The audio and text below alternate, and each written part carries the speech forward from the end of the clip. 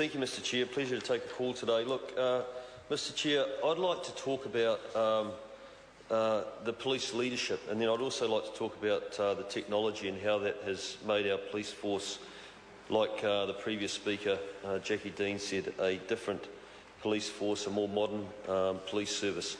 But firstly, in relation to the leadership, because as a new Member of Parliament sitting on the Law and Order Select Committee, when we had the Minister in front of us and the Commissioner Peter Marshall and his two deputies, Viv Rickards and Mike Bush, I was extremely disappointed and, to be honest with you, shocked to see the treatment that was dished out to Deputy Commissioner Mike Bush by a Labor Party member, Trevor Mallard.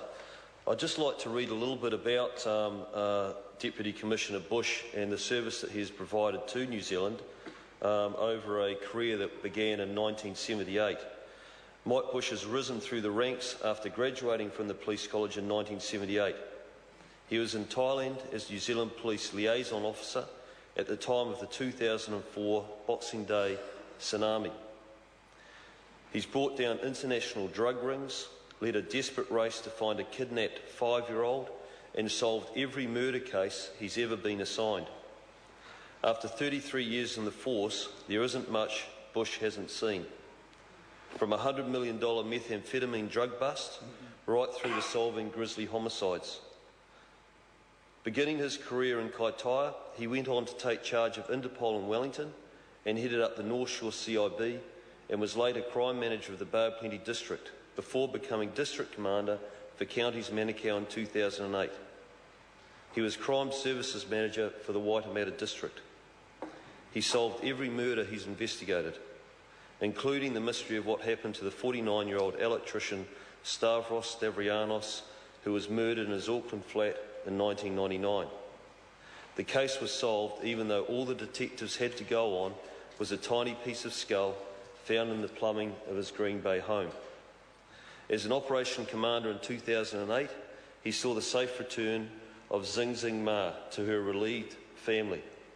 The little girl was snatched outside her Albany home, and 99 hours later, officers swooped on her property and found her hungry, dehydrated and tied up in a wardrobe. Bush was awarded a prestigious Silver Merit Award for the rescue, but he's actually bashful about his role, praising the commitment of the whole team. He said that they had 45 staff. You've never seen a more committed group of people to try and find a little girl and track down a lead. It wasn't the first time his calm, measured approach was called on. Between 2003 and 2007, he was New Zealand's Police Liaison Officer in Bangkok. Within hours of the 2004 Boxing Day tsunami, he was in Phuket, the first Kiwi cop on the scene. Amid devastation and chaos, he took control, reassuring anxious families, reuniting them and their loved ones, or helping identify the dead. 5 New Zealanders were lost, and when the scale of the disaster became apparent, Bush led disaster victim identification teams for 9 nations. When it was over, he was honoured by the Queen for his role. Absolutely. So he's a man that has provided extraordinary service, has put himself has been willing to risk his own safety for this country, and yet on Wednesday the 12th of June, I sat in a select committee and watched a politician not only criticise and attack him, but also threaten his job. And I have to say that I was ashamed and disgusted by that behaviour.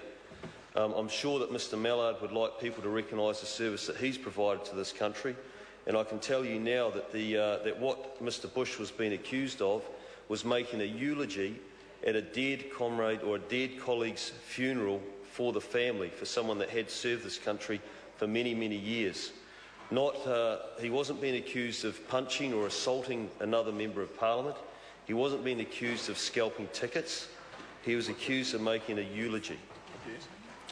So I'd just like everyone to sort of reflect and think about that for a moment. I'd also like to talk about the use of technology, and technology is a huge part of what the police service is embracing and using. I think this is police stand part of the schedules. Those of that opinion will say aye. To the contrary, no. The ayes have it. The question now is that vote serious fraud stand part of the schedules. Those of that opinion will say aye. To the contrary, no. The ayes have it. The question is that vote conservation stand part of the schedules. I call Nikki Wagner. Thank you very much, Mr. Speaker.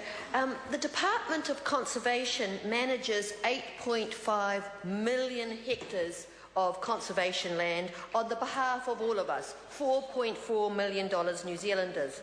It also welcomes over 1.5 million visitors to its 24 visitors centres.